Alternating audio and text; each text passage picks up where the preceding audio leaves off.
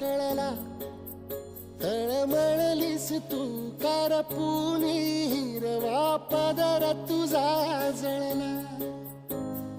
छळ केला पिढी जात तुझा ग उखडून वनराई. अपराध किती झाले पण आता शरण तुला आई. नभ पाजळता ते जल